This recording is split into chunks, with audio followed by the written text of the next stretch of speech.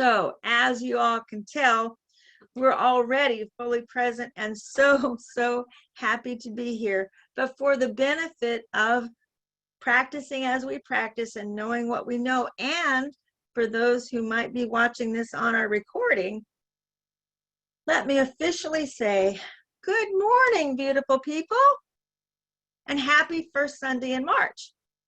I am Vicki Jeter, your practitioner spiritual director for Louisville Center for Spiritual Living Teaching Chapter. And I have been anticipating this particular day with great joy for many reasons, most of which we will get throughout our time together today. But one of them is that today is my last Sunday with the title of Practitioner of the Science of Mind. Tomorrow, I will be taking my oral panels from ministerial school, and by the end of the day tomorrow, I will be a licensed minister. And if anyone had ever told me that I would wake up one morning and realize that I would not actually be having the title of practitioner anymore, I would have said, you've got to be kidding. And here it is. So that's how I'm feeling about that. And so I take a breath, and I invite you all to take a breath with me and settle more deeply into your space. Settle more deeply into coming into our shared space together. This time in opening our service is for setting intention, individually and together. So I invite you to take a few seconds right now, just wherever you are, and check in with your intention for being here today personally. And today we get to express our shared intention as a group because we're spreading our reach internationally with our special guest speaker, Reverend Jim Lockard. He is joining us all the way from Lyon, France. And so far, the connection is fabulous, which is a demonstration for me. All of that being said, I invite you to settle into your seats, relax a little more, allow yourself to be held by the furniture around you. And we begin this morning in prayer. And beginning at the beginning is gratitude. Gratitude for all that is. Thank you, Spirit, for the gift of life, for the gift of this day that opens the package for adventures and opportunity for good and more good in our lives. And from that space of gratitude paid forward, I recognize the one love and law that is omnipresent, omniscient, omnipotent in all ways, at all times. And it is only for us to turn our attention to it.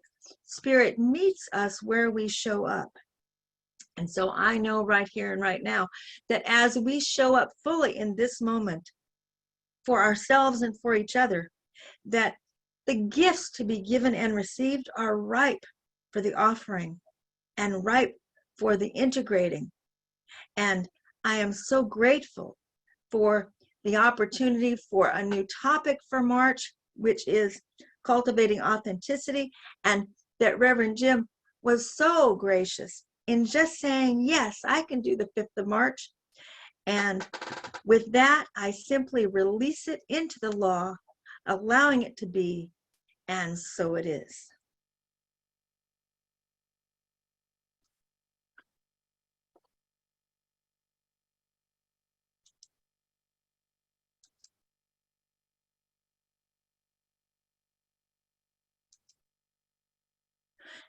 And so I welcome each and every one of you with my whole heart to Louisville Center for Spiritual Living Teaching Chapter, whether you're with us this morning or whether you're watching later on the recording.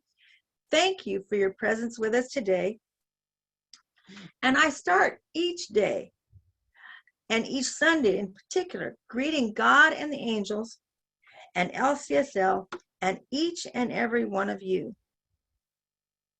And I hope that the God candle is the first thing that you see when you pop into our Zoom room, because it is here as the presence, the light of spirit, welcome you in. And most especially, we want you to know that no matter what faith you come from, no matter what path of life, no matter what you were taught or what you believe, or even if you don't know what you believe, you are welcome here. Now for our mission and vision statement. The mission of Louisville Center for Spiritual Living is to teach personal transformation as a virtual community, living the principles of science of mind and celebrating all paths to God. And our vision statement is a world that honors and respects all people. Spiritual living is only as good as we can relate to it and as it applies in our actual daily lives. So each week we have an application of what we believe. It's one thing to know what we believe in our heads. It's another thing to actually live it, to actually practice it. So these thoughts are to be put into practice and perhaps for discussion during times like sharing time. So this week's application of what we believe is the authentic self is at the level of the soul. It does not need empowered because it already is. Now, as we let that find its place, our opening song is We Welcome You, Spirit by Kylie.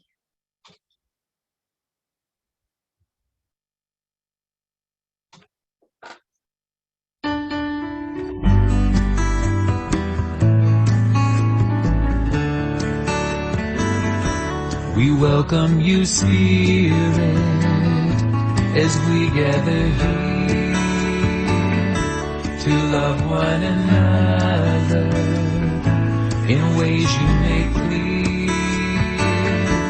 We lift up our hearts in joy and open our minds.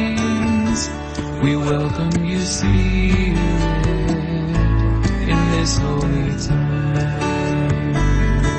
We welcome you, Spirit, as we gather here to love one another in ways you make clear. We lift up our hearts in joy and open our minds. We welcome you, Spirit, in this holy time. We welcome you, Spirit, in this holy time.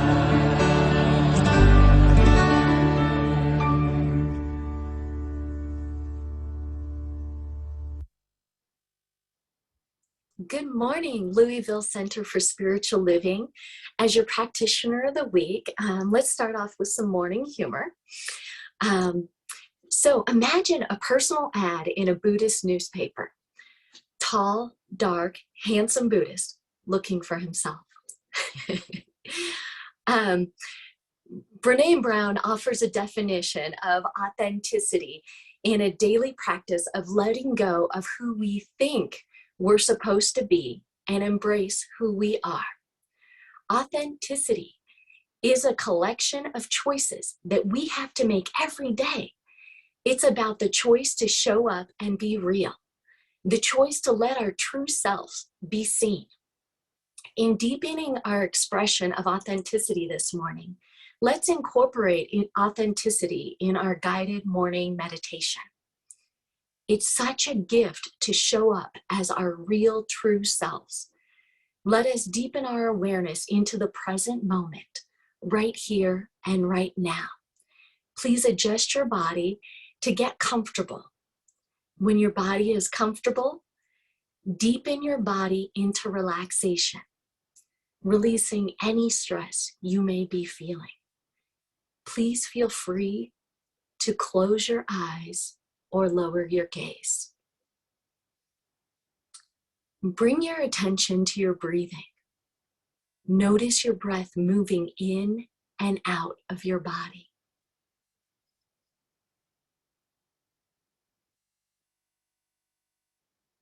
Notice your breath moving in and out of your body, filling your lungs with oxygen. Allow the breath to expand as you breathe in deeply. Imagine your breath circulating through every cell of your body.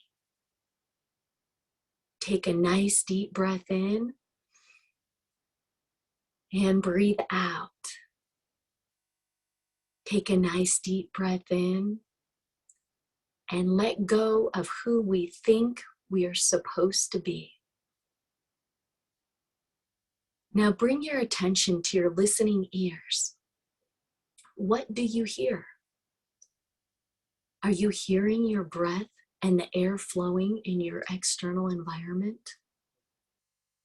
In listening to my voice, imagine the sound coming down to your heart. Listen to your heart beating. Listen from your internal being. Listen from your heart.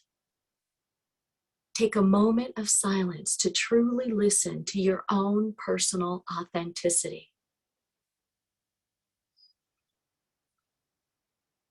Bring your awareness to the beat of your heart within your body.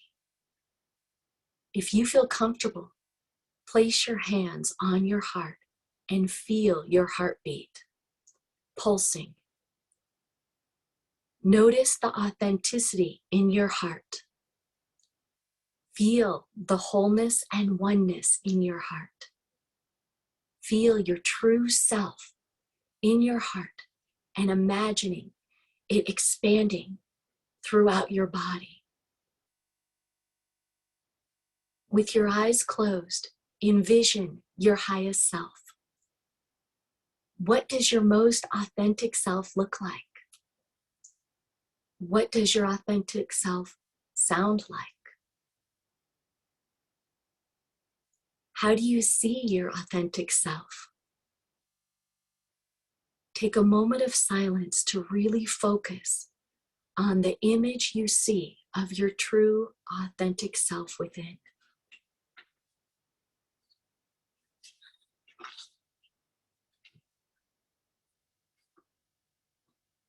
What does your authentic self feel like? Can you embrace the truth of who you are authentically?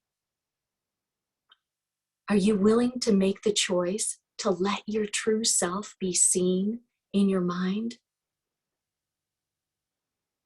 Imagine what it would be like to let your true self be seen by others.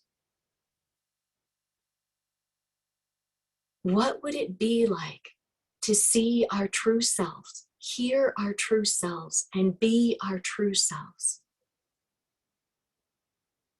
Feel what it would be like to be our authentic selves.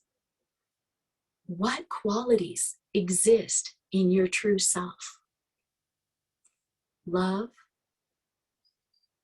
joy, light, peace, wholeness, oneness, authenticity.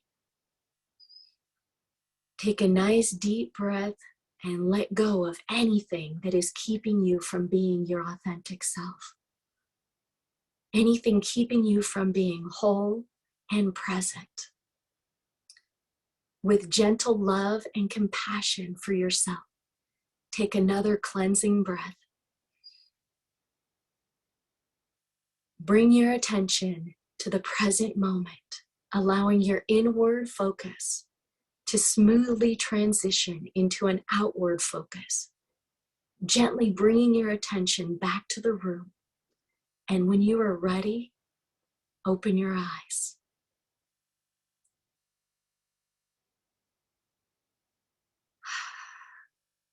Placing any insights, moments of connection with our truest self and our oneness with spirit into the law, allowing our highest consciousness to expand for ourselves, our family, our friends, and even our spiritual community. I let this new awareness of authenticity expand in each of our experiences. And so it is. Amen. Our special music this morning is Jordan Smith, called Stand in the Light.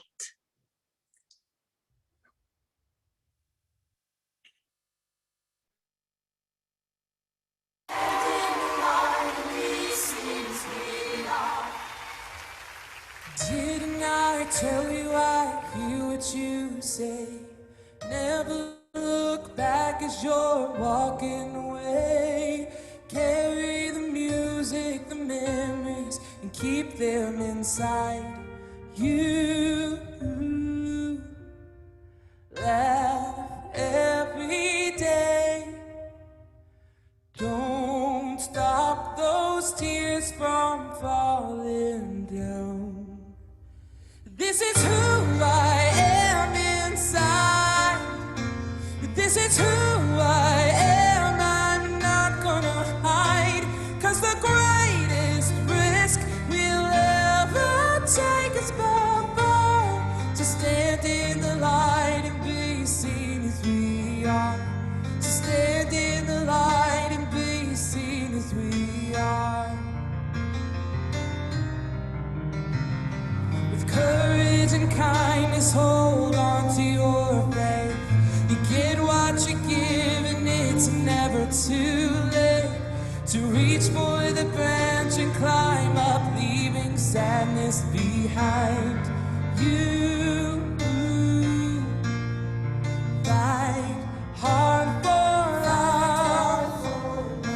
We can never give enough. This is who I am inside. This is who I am. I'm not gonna hide. 'Cause the greatest risk we'll ever take is to stand in the light and be seen as we are. To stand in the light and be seen as we are. Right in the storms that come raging toward us, we die. Holding our breath as we break through the surface with arms open wide. With arms open wide. This is who I am inside. This is who I am. I'm not gonna hide. 'Cause the greatest risk we'll ever take is to stand in the light and be seen as we are. To stand in the light and be seen as we are.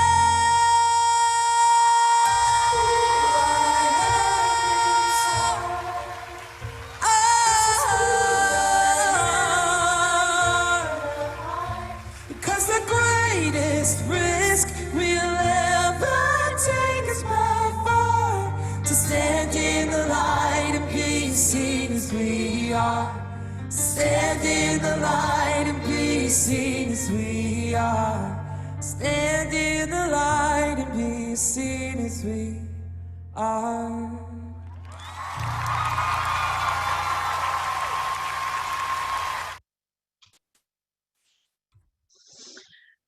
Oh my goodness. I hope it was as fun for everybody as that was for myself. And I know Katrina, I saw Katrina rocking.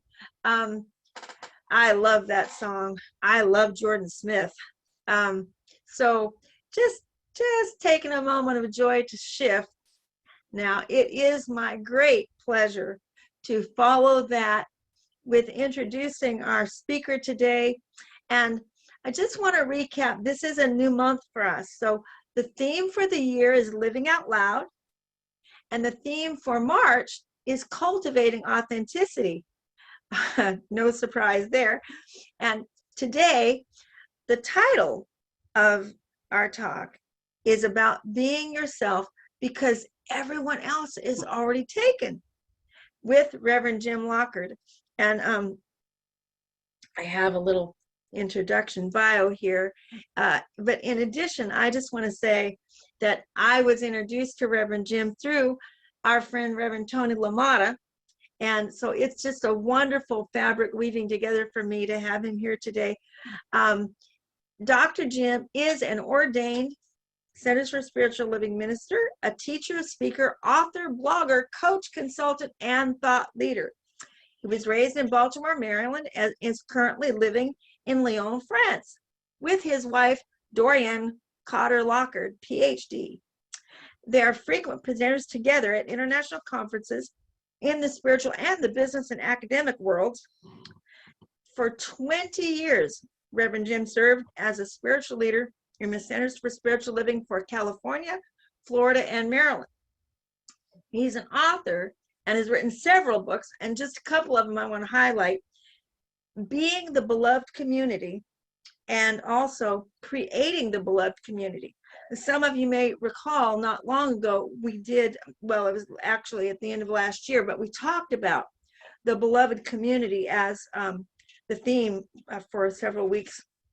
And these books are a whole lot of where that came from. And that was why I was so inspired. Actually, I think it was back then when we were doing that it occurred to me to reach out to him. So it's just a really beautiful thing. And he's a blogger. And if you go on the internet and you put in Reverend Jim Lockard, you're going to come upon fabulous information. What he puts out on a regular basis online is among the most accessed of the global New Thought information that we have. He served on the board of directors for the International Global New Thought Alliance and International Center for Spiritual Living between 2003 and 2012. And actually, I believe, if I've got this right, he is still on the board for the Global New Thought Alliance. And with all of that being said, Reverend Jim, I turn it over to you. Well, thank you so much. It's really wonderful to be here. The last time I was in Louisville was January 1978. And if any of you were around then, you know I was up to my waist in snow for the whole time I was there. I was there for a training course that was 4 weeks long, and we were snowed in our motel for 2.5 of them. But I had a wonderful time once we got out. So it was very, very quite an interesting experience in my life. So my background is, has been said. I am still on the AGNT Advisory Council. That's not the same as their board, but I kind of stay involved. And mainly my ministry now is the blog and the books I write, and I do consulting and coaching for spiritual leaders. My focus is on helping spiritual communities adjust to the times that we're experiencing and what the future holds. And I think, I'm not going to go through a litany of all the problems in the world. You've probably heard about a few of them. Challenges that we face as a humanity, as a nation, as a global, our existence is kind of up in the air at this point in terms of long term. But the focus I think we have to remember as religious scientists, as metaphysicians, is that we each face this from our own best selves. That's the thing. It's how do I find my best self, and how do I manage to have that be the fullest expression of who I am, so that I can be a contributor to the good that needs to unfold for humanity to move forward. Okay, so I have a couple slides. Let me just go to one of those. So the title of my talk, which you may be familiar with this quote, "Be yourself, everyone else is already taken." It's from Oscar Wilde. And basically it's about that idea of I don't need myself to be someone else. I need to be the best version of me. I think we all exist because we're all part of a great mosaic of humanity. And each one of us brings something unique to that expression of humanity. And we have an inner genius, an inner gift to give, if you will, that only we can give, that only I can give, only you can give yours. Okay, so let's look at that. And I want to look at it from a slightly different perspective today. I want to look at it from the standpoint of what we call Jungian psychology, from Carl Jung's perspective. So in his model, basically, this is a kind of a model of consciousness in a human being. At the bottom, you see what he calls collective unconsciousness, or collective unconscious. We in metaphysics and science of mind would call that the subjective mind. It would be the universal mind to which that we all are part of. Personal unconsciousness would be our individualized subjective mind. And consciousness, of course, is what we're aware of. And our ego is a structure that sort of sits between consciousness and unconsciousness and provides a structure for us. Our ego, what your ego does for you is make sure that you see the world the way you believe it to be. So if your beliefs about the world are not accurate, you're going to see the world in an inaccurate way or an inaccurate way. So the key is to try to bring all this into alignment. Now I'm going to add a little bit more here. What Jung describes as soul is also similar to what we describe as the individual soul, which is the deepest part of that personal unconscious. It is the part of us, the part of me, the part of you that knows who I am. It knows what I am here to be. As one of my dear friends, Dr. Gary Simmons, says, it's who have you come here to be? And when we find that, that's where we're in tune with our soul connection. So Jung says we have a soul's agenda, that our soul wants us to be the best version of ourselves, whatever that is. And when we stray from that, our soul kind of nudges us and bothers us and pushes us to get back into alignment. But over time, what most of us do is we find ways to stop listening to that inner voice of, hey, you need to be doing this, you need to change, you need to be whatever it is, you know. I always say, you know when you're on the beam and you know when you're off the beam. And when you're off the beam, you just don't feel right. It does, you know, there's something that doesn't feel right. And sometimes we kind of can't get back onto the beam because we don't have any external support, because it hasn't been modeled for us by our parents or our teachers. And we end up in a place where we know we're out of alignment. So what we do then, the ego, in order to keep us kind of functioning, is we might do things like self-medicate. We might turn to drugs or overeating, or we might change our personality to fit this kind of off-beam aspect of who we are. So what Jung describes in his psychology is a process of what he calls individuation. And individuation is a process of aligning your subconscious, your ego, and your consciousness with your soul's agenda. And that's often a difficult task for us in adult life because we've spent a lot of decades being out of alignment. You know, often I think I found my alignment by means of coming into this teaching and the teachers I encountered and what they sort of required of me in order for me to progress and grow. Because spirituality can be used to cover over our issues. But what we really need to do is do the deep work of reconnecting, I would say, soul and consciousness through an alignment process. So who am I? You know, I took me a long time to find that. I'd say it took me longer to grow up than a lot of people. I was kind of you know, as a kid, I always had an idea that, you know, you should be kind and you should be helpful to people. But I also had a lot of negative experiences where I would get punished for things, or I'd get in trouble, or I'd get bullied, or I'd get picked on. And I sort of lost my way. And the society that I was in, where I grew up and what I saw on TV and what I watched in the movies, didn't really encourage me to be in alignment with my soul. It encouraged me to be a winner. It encouraged me to take advantage of others. It encouraged me to see the world as a big competition, and that there were winners and losers, and I just didn't want to be a loser. So a lot of my motivation was not to be the best version of myself, but it was not to lose in whatever context that was. And I sort of didn't have a good sense of my own authority. You know, I would kind of look around and try to imitate other people. I would try to find people that I'd like to be like that. That's the kind of person I want to be like. And I looking back on it, I realized kind of what I was doing was giving up parts of myself to do that.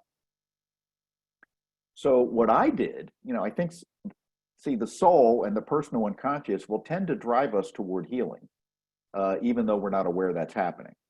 So for some reason, I went into law enforcement. There was a town in Maryland where I grew up called Ocean City, and you could be a summer cop there. You could be a police officer from Memorial Day to Labor Day.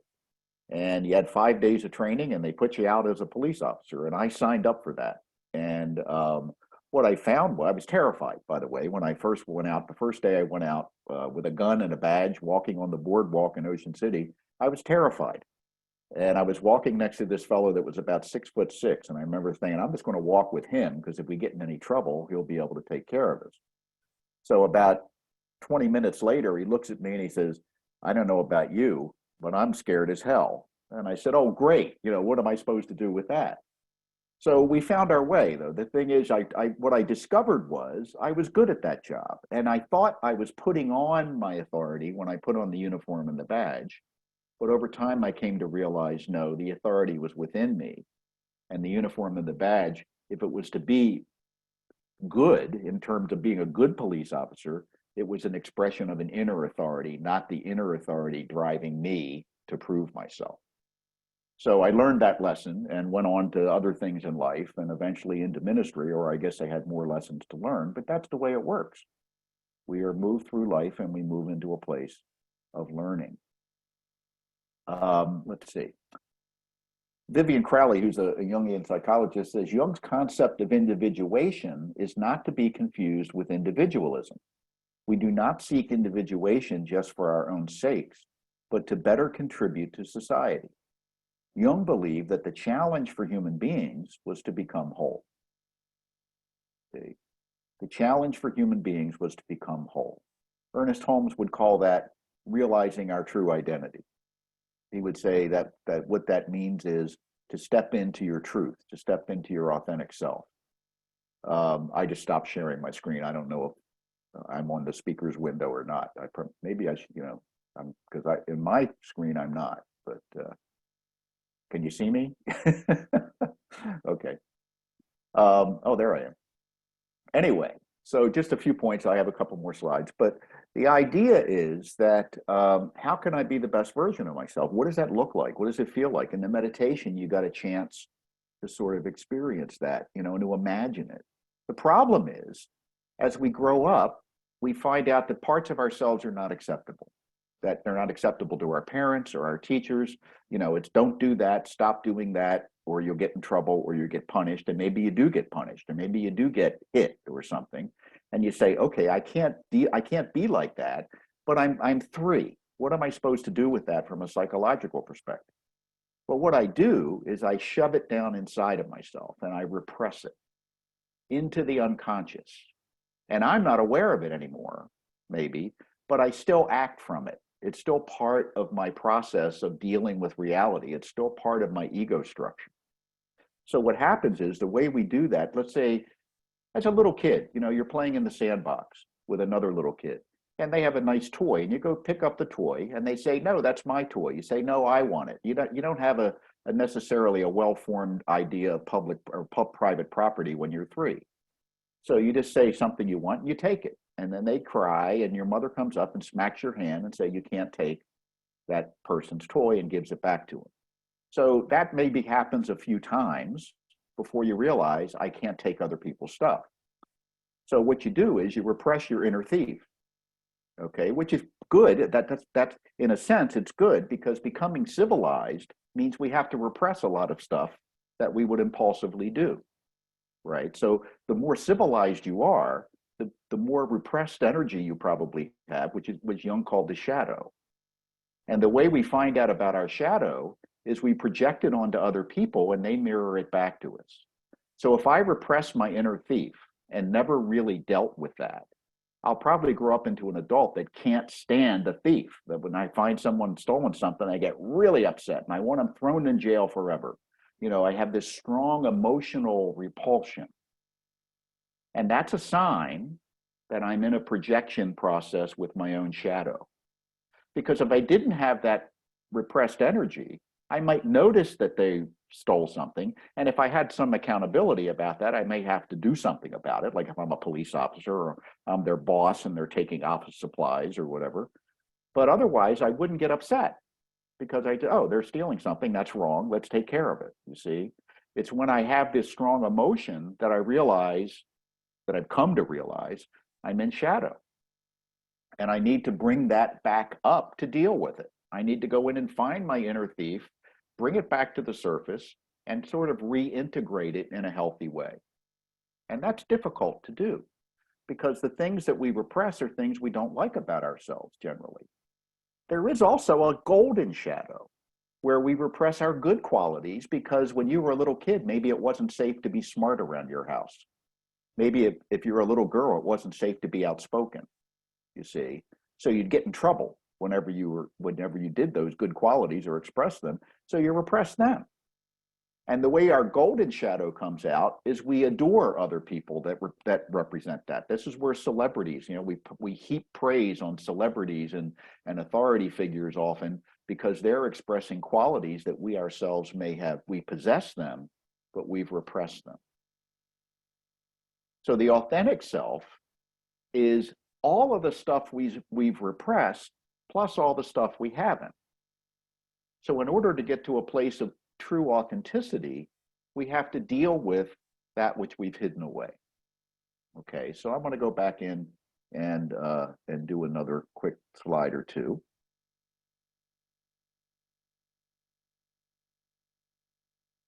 Another Jungian that I really recommend you read his books is James Hollis. And he says, we're all raised to be nice, really nice. A reflexive niceness is a pathogenic loss of connection to the soul and is not nice. The opposite of such a reflective niceness is called authenticity or integrity. Now, he's not saying don't confuse being nice in this context with being kind. You see, kindness is a very authentic expression. Being nice is often a way of keeping people from triggering your repressed stuff. If I'm really nice to someone, maybe they won't hurt me or they won't embarrass me or they won't make me look bad, you see. So this niceness that he's talking about is often a compensation mechanism for not dealing with our repressed selves, and it keeps us from being authentic.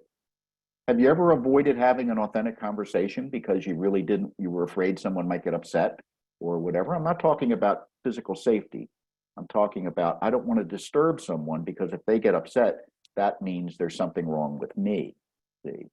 And that's often what we find. We find it also in our spiritual communities. Let's go out. Somebody says, let's go out and try to influence some legislation, maybe for school, to put more money into schools or to provide better programs for the hungry. Well, I don't want to because when you go to those things, everybody yells. You see, it's not nice. So let's just stay here and pray about it. Pray about it, you see. Let's not go out and expose ourselves to where we feel uncomfortable because everybody's not being nice. The problem is where the decision's going to be made is in that arena where everybody may not being nice in the moment. The authentic self is the soul made visible.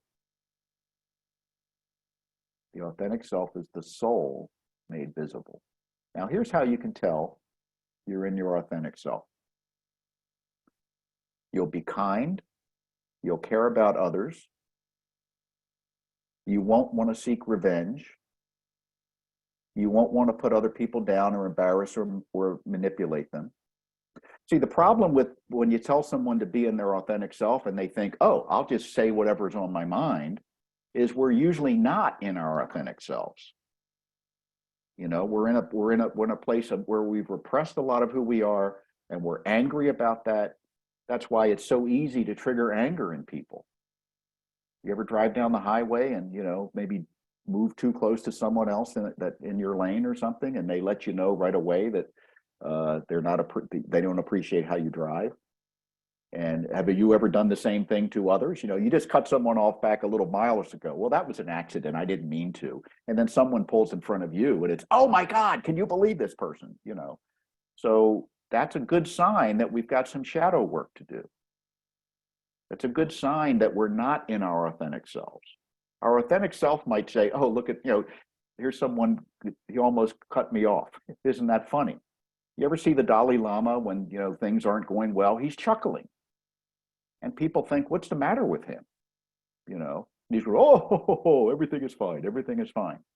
The Dalai Lama is in a place of authenticity. And when we're authentic, we don't need to get really angry at people for upsetting us. We need to maybe get angry at injustice. We may get angry at people being mistreated, but we don't get angry at people for inconveniences or for not being aware of something that we ourselves weren't aware of a year ago, and now we're wondering why they're not catching up, those kinds of things. So in wrapping up, my treatment, the second step of treatment, when you learn 5-step treatment, the first step is the nature of spirit, and we affirm the nature of spirit. The second step is my connection to spirit. And that second step is a hugely important step to work on and do deep contemplative work about. Because I am one with spirit, and spirit is expressing as me, and I am the individualization of spirit. How often am I acting like that's true? How often am I feeling that that's true? How often am I treating others as though that's true? You see? So when we do that second step, I do whole treatments that are just the second step every day. Because I recognize that if I don't understand my own divine nature, I won't be able to express it. If I don't understand that I have a genius within me that I probably have been taught in many ways to repress, I'll never find that genius and express it. And I won't have the courage to do the inner work to find those areas of life in which I'm very uncomfortable, but which need to be exposed to the light. Carl Jung also said, we do not become enlightened by imagining images of light. We become enlightened by bringing the darkness into consciousness. So thank you, I love you, and namaste.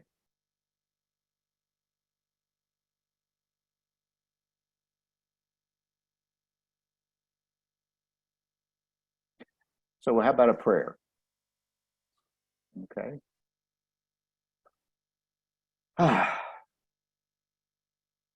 So let's go within and know the truth. That right here, right now, spirit is present.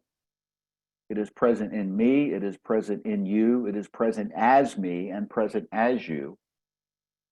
It is fully available. It is never withheld. It is all powerful. And we have access to all of it. So I see myself as a conduit for the expression of spirit into the world.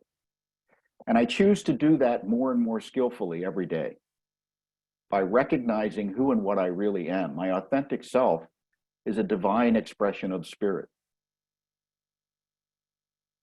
And I will accept nothing less for myself. And I will do the work necessary to express that. And I know that that work becomes easier and easier the more I do it. I know that it is worthwhile. I know that I have gifts to bring. I know that I have the capacities within me to be of help, to be of service, to be of comfort, to show care, to show love, to show how to build a consciousness of good.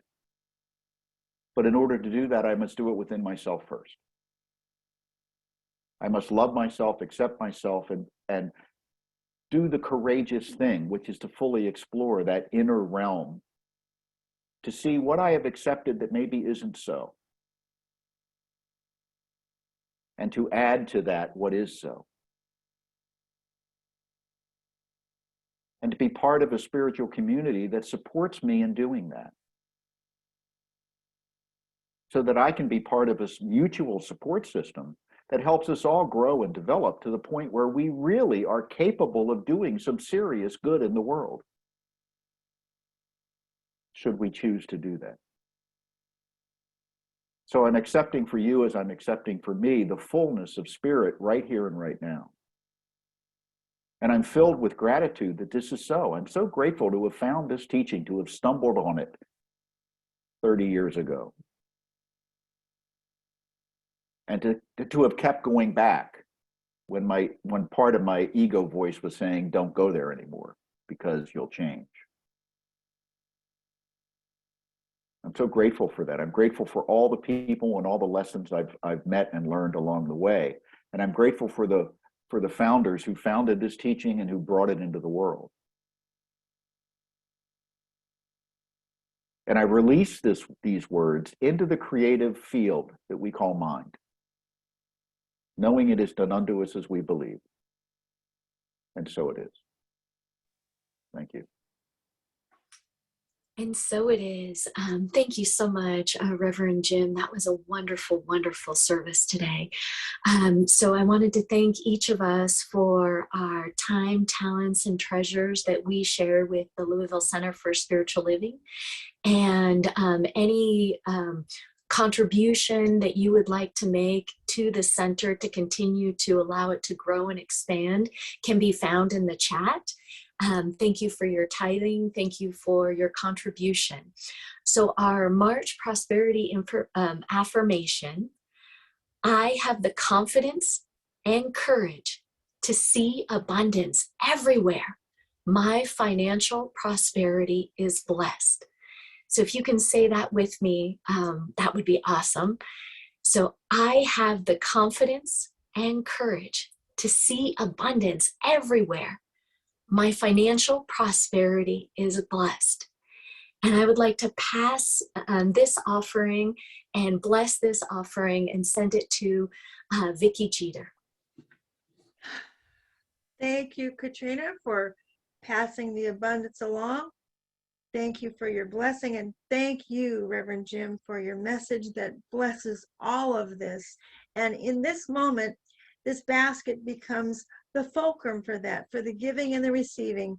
And it is my privilege and my pleasure to have this opportunity to anoint it from your heart to ours, out into the world and back again. Take a moment to see this circulation. See this circulation not only in, through, and as the everyday world that we live in. We're concerned about our own personal prosperity and our giving and receiving as we pay our bills. But here, recognizing that in this room, we have 8 states and 3 countries represented. And as Reverend Jim so beautifully said, we have the power to do good in the world. And this basket represents that fulcrum of where it moves through. It moves through as energy into form, and from the form of the dollars or the checks or what you do online to give, and goes out into the world and does things like last month we gave $295 to the Alzheimer's Association here in Louisville. And you all know some of the other things that we support as we give and receive. And I just want to remind you that as you do that, as you see dollars and cents numbers in the world, those numbers are your numbers as you own them. Stand in what you see. Stand in what you vision. Stand in when you see something and you say, oh, if I had it to give, I would give to that. And know that spirit hears you, and spirit's going to do that. And so for knowing this, and for this time, and for this ability to accumulate it within our minds, our hearts, and our souls, and manifest it, because we are the ones that we've been waiting for. Thank you, thank you, thank you, God. I release it, I let it be, and so it is.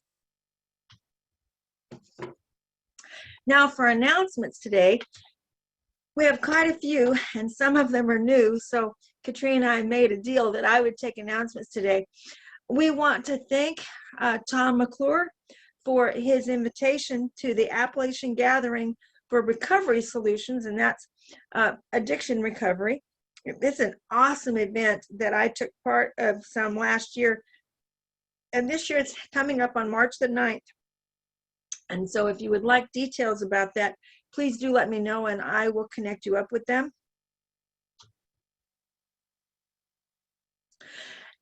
So we're kind of going in date order here.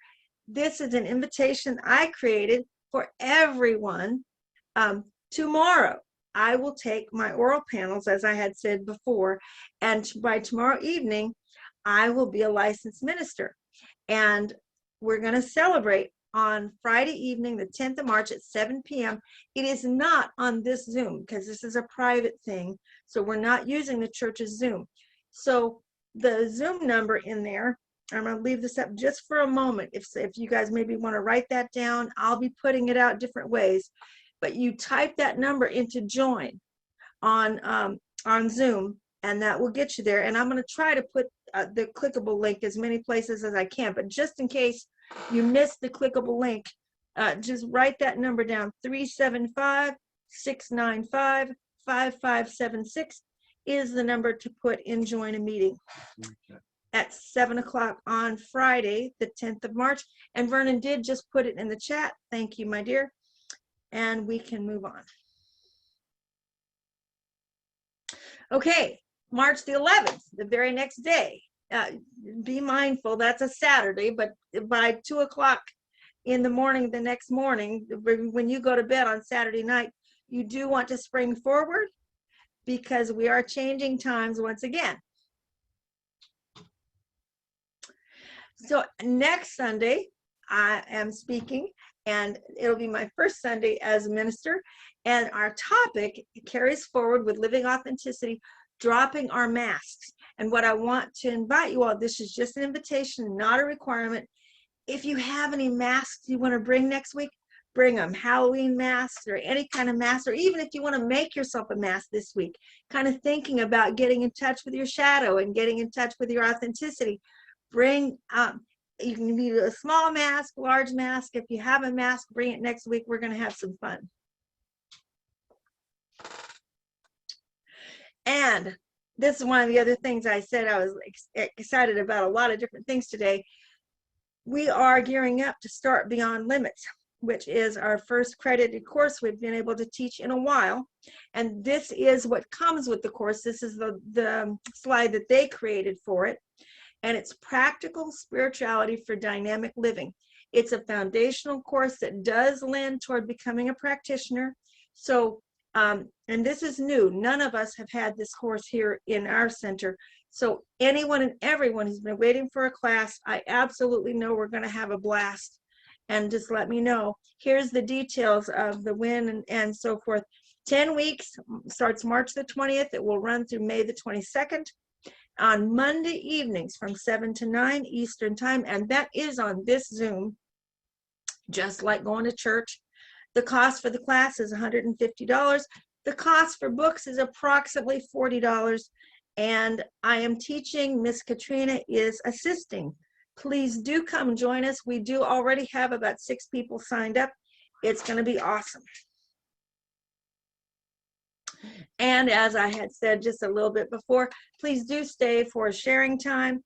And you can request prayer at that time. The practitioner of the week would be happy to sit with you. And then that brings us to a close of announcements. Oh, except I always forget this one. This is so fun. And I always forget. You are magnificent. Say it with me. You are magnificent. Now for a closing song. I want to tell you all, this was a synchronicity that happened this week.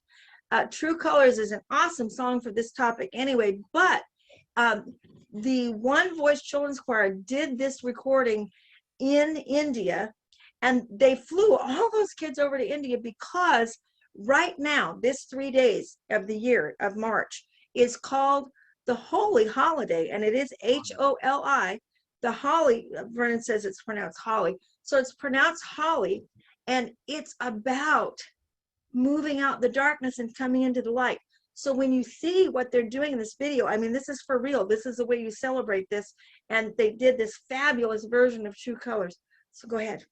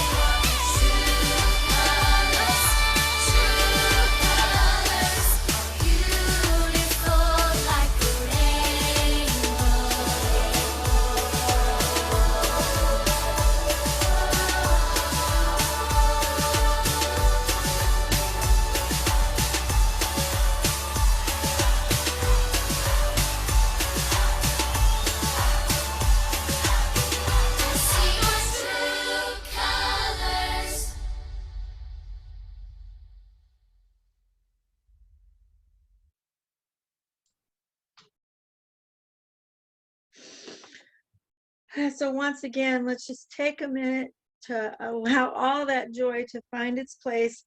Take a breath to shift into our benediction.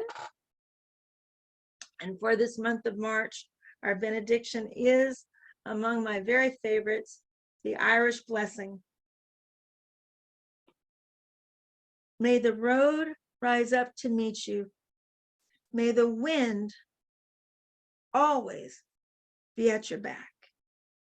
May the sun shine warm upon your face. May the rain fall softly on your fields. And until we meet again,